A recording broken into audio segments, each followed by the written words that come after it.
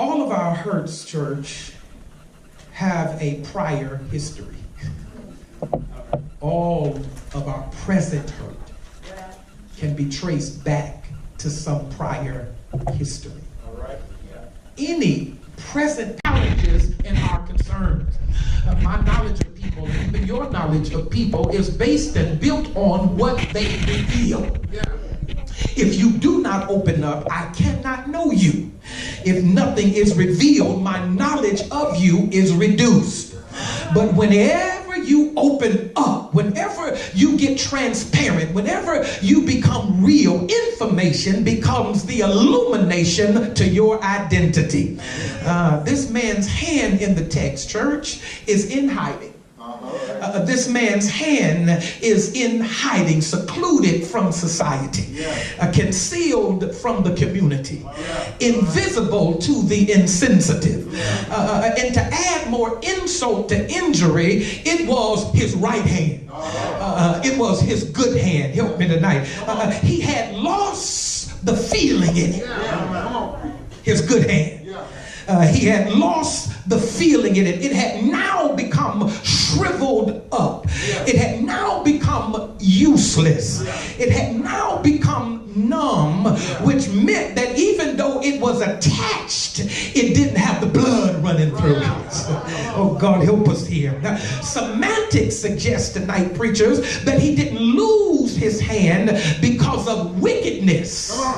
He lost the use of his hand because of his work. If you let me unpack it tonight, semantics suggests that he was a mason by trade. This man whose hand is hurt was a bricklayer. Watch me, church. Responsible for laying foundations. So it didn't matter. This didn't happen because of some laziness in his life. It withered because of his labor. You didn't hear me. I said his hand didn't wither because of some laziness in his life. It withered because of his labor. Oh, God, he made a living, watch me now, building for others. And now he's broken himself. Oh, you missed it. Come here. I said he's made his living building for others, but now this season of his life, he's broken himself. Come here, talk to me. How many times have you helped build other people when you've been dealing with something broken in your own life? How many times have you had to hold others up when you were breaking down your own self? He made a living building other people up, but now he's broken. Who am I talking to tonight? That you've been there for everybody else when they were falling, but now when you're falling apart, nobody's there to lend you a helping hand. This man was responsible for building other people up, and now he's broken. Look at this man's dilemma tonight. This hidden hand has become a hindrance to him now, and no longer a help. Church, you got to recognize that there are seasons in your life where God expects you to be able to tell the difference between who are the hindrances in your life and who's the help. Because you're never going to get to the place God wants you to be if you keep surrounding yourself with hindrances and avoiding the people who can bring you the greatest help. This man's dilemma. His hand became a hindrance to him and no longer a help. He couldn't wave it. Couldn't wave his hand. He couldn't wave it. He couldn't work with it because it was withered. He couldn't worship with it because it was withered. He couldn't write with it. Y'all ain't gonna help me tonight because it was withered. All of these things were taken away from him as a result of his brokenness. Who am I talking to tonight that's going through something and it's hard to lift your hand and give God praise? When I asked you to do it earlier, I seen some of you slowfully lifting up as if you're dealing with some spiritual witheredness. He couldn't wave it. He couldn't work with it anymore. It had become so withered he couldn't use it to build anybody up anymore. He couldn't worship with it. He couldn't write with it. Look at his dilemma. Because he couldn't wave it. Because he couldn't work work with it, because he couldn't worship with it, because he couldn't write with it, he hid it from humanity, tucked away inside himself, hidden from humanity, tucked inside himself, invisible from the insensitive eye, hidden, God help me here, from insensitive comments, until one day Jesus shows up. He's been hiding, but one day Jesus shows up. And anybody who knows how to heal hurts, it's Jesus. If there's anybody who can heal brokenness, Jesus can. If there's anybody who can turn the withered hand into making it right and worship and wave again, it's Jesus. And that ought to be all of our shouting here tonight, because we may not have a withered hand, but there have been seasons that only things in our life could be fixed by Jesus. Shows up. And Jesus turns to the man after becoming angry with the Pharisees towards the stipulations of the Sabbath. He says to the man, stand up. The first thing he says to him, he says, stand forth. He says, stand up. Watch me. He says, stand in the midst of the ones you've been hiding from. That's first thing I want you to do when you come out of hiding. First thing I want you to do is stand in the midst of the ones you've been hiding from. Stand up to people is the first thing you need to do. And that is, whenever you're dealing with some sense of deformity or some sense of hindrance in your life, don't ever go into hiding. Adopt the spiritual boldness that allows you to stand up to insensitive people in seasons of sensitiveness. Oh God, I feel it in here. Shake your neighbor by the hand and say, neighbor, having done all to stand, after all have talked about you, after all have lied on you, after all have stabbed you in the back, having done all, stand up to people. That's somebody's problem tonight. You don't know how to stand up to people. You gotta sometimes, regardless of how you feel and how you're hurting, you gotta be able to stand in the midst of people who don't expect you to get healed. I'm preaching to my own self tonight. Look at your neighbor and say, neighbor, you on my street. I've been there, done that. Every time I felt like I was on where I needed to be, here comes some insensitive nobody that don't know what I've been through to be where I am right now. Stand up to people. He says, stand up. Not only do I want you to stand up to people, watch me. Number two, you need to stand up to your pain. Watch this. Don't allow your pain to punish you. Use your pain to provoke promotion. When you can learn, God, I feel you, to not let your pain punish you, you can turn your pain into divine promotion. Come here, let me shout you if you let me. I'm talking to somebody tonight who went through some of the worst seasons of your life to get to the best season of your life. Some of you went through the worst people in your life to get to the best people in your life. Some of you went through the worst relationships in your life to finally end up with the one who can treat you right. Somebody in this room went through hell just to enjoy heaven for a season. Stand up to your pain. Watch me shout. Don't let the shame of it suffocate you. I don't care how hurt you are. You got to stand in the midst of your shame. Oh God, here, I don't care how deformed the circumstance may be. You got to let shame suffocate you. You got to turn your embarrassment into your empowerment. Jackson, I'm going to preach myself happy tonight. Jesus stopped by a pool one day after man had been laying around for 38 years waiting on some Negro to throw him in the water. That's the hip-hop version. Waiting 38 years for somebody to come and help him get in the healing pensity. After 38 years of watching people walk past him, jump in the pool and get healed, he had lost any sense of hope that it would ever happen to him. But Jesus stopped by the pool and told him for 38 years, was in the water, when the miracle was in the work. Shake your neighbor by the hand and say, neighbor, the miracle ain't in the water. The miracle is in the work. And all I came to do is ask you tonight, can you work it while I watch it? Can you watch it while I work it? It's in the working. It's not in the water. Jesus stopped back and said, do you want to be made whole? And then he said, well, stand up. Here's my shout. And take up your bed and walk.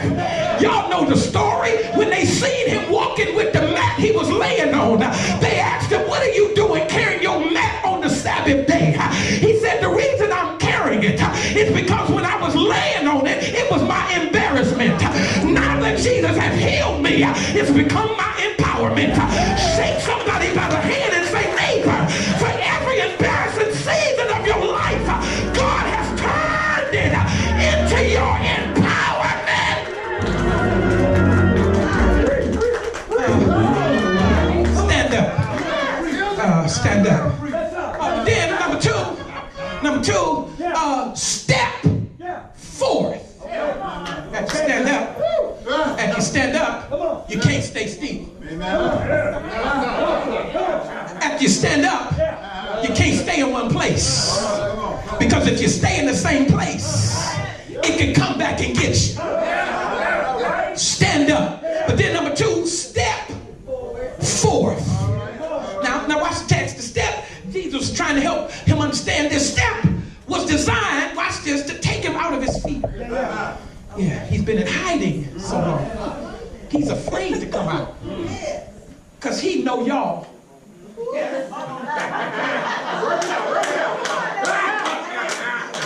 He's scared to show this part of himself because he knows y'all. And so instead of deal with insensitive comments, instead of dealing with insensitive remarks, he decides to hide. That's somebody tonight. And God says, I came all the way from Columbus, Ohio, for Maurice Jackson to tell you tonight it's time to come out of hiding. Here's the shout. Watch it. To bring him out of his fear. And first, to bring him out of his fear, he had to bring him out of hiding first. So watch what he does. He says, because Jesus knew that in order to heal him, he had to bring him out of hiding. Because Jesus knew that if he had healed him before he healed, or if he had brought him out before he healed him, that he could have been healed, but his hand could have still stayed hurt. Let me prove it. Because the hand could have gotten healed. Watch me shout. But the man could have still been hurt. Let me prove my point. I ain't the sick one, but I got the symptom. I'm not the addict, but I got the addictive behaviors. I'm out of the relationship, but I'm not over them. I'm no longer partners with them, but the pain is still in me. But when Jesus heals us first, then the hurt can no longer hurt you. Come here, let me bless you. Jesus says tonight your healing starts with you. And when I heal you, it don't matter what hurt you before, because now healing has taken the place of your hurt. So when I step forth, watch this, I'm stepping out of what I once was in.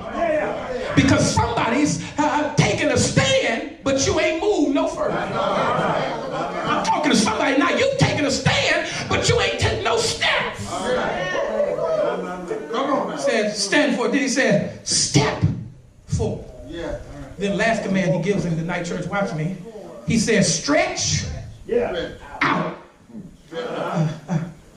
He says, now, pull your hand out and stretch it. Pull your hand out of hiding for the first time and see how far you can stretch it. Pull your hand out of seclusion and see how far you can stretch it. Pull your hurt and hand out of hurt and see how high you can lift it. Bring your pain out of hiding and watch me heal what's been hurting you for hiding what Jesus can heal, you've concluded that people's comments is greater than the Christ. I'm done after this. When you can hide and hide from people, you have concluded that Christ can't conquer the hurt. Because the first step to healing is to believe in the healer. And the healer is Jesus. That's why we have all of these new preachers that tell you you got to do A, B, C to get healing. You got to do A, B, C to get prosperity. You got to do A, B, C to get this. I've come to tell you tonight in the three-ocratic sense that everything you need is in Jesus. Come on now here. I'm talking to my charismatics that you in the room. Everything you need is in Jesus. Healing is in Jesus. Prosperity is in Jesus. Power is in Jesus. Victory is in Jesus. Salvation is in. Resurrection is in Jesus. All you need is in Jesus. So he tells the man, the first thing I need you to do is to stand forth. Second thing I need you to do is to step forth. But then the last thing I need you to do is to stretch out. Stretch out means I'm stretching myself. Watch me, church. I'm willing to go somewhere that I've never gone before. Whenever the Lord asks you to stretch, he's telling you to move a little further than where you are. And the sad reality tonight is that many of us have concluded that where we are right now is good enough. But if that was the reality tonight, the truth of the matter is you would not have wasted your time coming tonight. Have I got a witness? I believe that I've got a witness in here that can testify that the greatest seasons in your life is when the Lord stretched you. Is there anybody here who can testify that the Lord knows how to stretch you? Have I got a witness? He tells the man, stretch out. In other words, whatever you couldn't reveal to people, now you can release it to the Lord. I'm getting ready to get out of here, but shake your neighbor by the hand and say, neighbor, everything you've been hiding before, you can release it to the Lord. I wish I had somebody in here who can testify that there have been seasons in your life where you had to depend on the Lord to stretch you. I'm going now, Lord, but shake a neighbor by the hand, get up on your feet, and shake a neighbor by the hand and say, neighbor,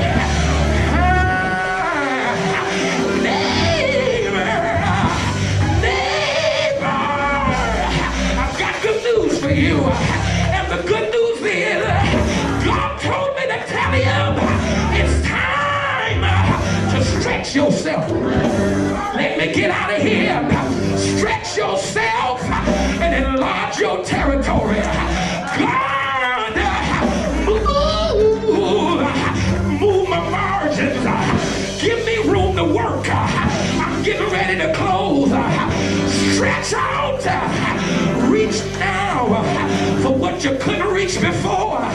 When he stretched out his hand, he was able to reach for something he couldn't reach for before. I'm getting ready to get out of here, but touch your neighbor and say, neighbor, it's time to reach for what you were scared to reach before. It's time to go after what you couldn't go after before. Because now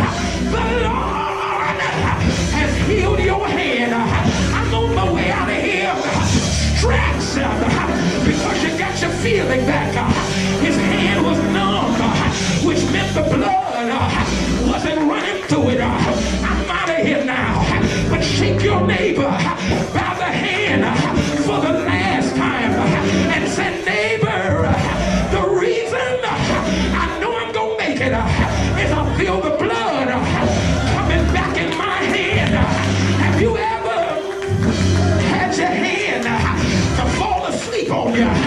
When it fell asleep on you, you have to take it until the blood starts flowing. I need everybody who's been through a season of hurt, everybody who's been through a season of pain, take your pain, take your shame, shake it till you feel the glory, shake it till you feel the power, shake it till you feel the blood, shake it, shake it, yeah. I've got to get out of here, touch 3 people and say, neighbor, you got your feeling back, you got your faith back, you got your fight back, you got your future back.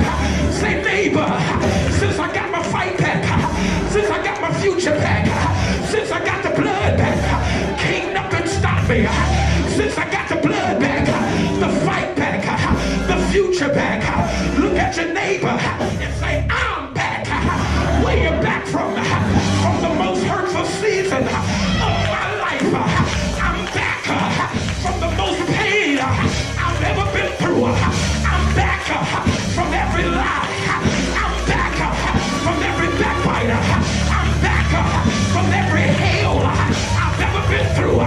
Can somebody say I'm back? I'm back. Yeah, yeah, yeah.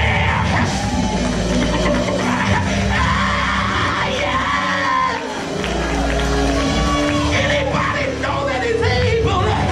Ain't he able to fix it? Yes, he is. He's able to fix it. Let's close revival like we're supposed to. Lean over to your neighbor, slip your arm around them and pull them real close to you. Come on, put your arm around your neighbor, pull them real close to you and tell your neighbor, I may not know the pain you've been through, I may not know the hurt you've experienced, I may not know what you've been hiding, but tell them whatever it is that you're going through, whatever it is that you're dealing with, tell them it's all right now. Will you look at them and tell them it's all right now? Will you look at them and tell them it's all right now? Tell them it's all right. All right. All right. It's all right now.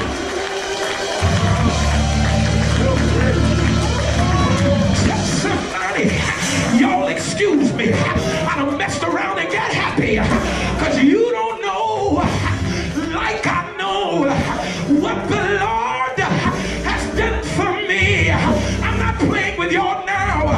You don't know where he brought me from. You don't know what he's done for me. I just need somebody that feel like I feel. Get your neighbor one last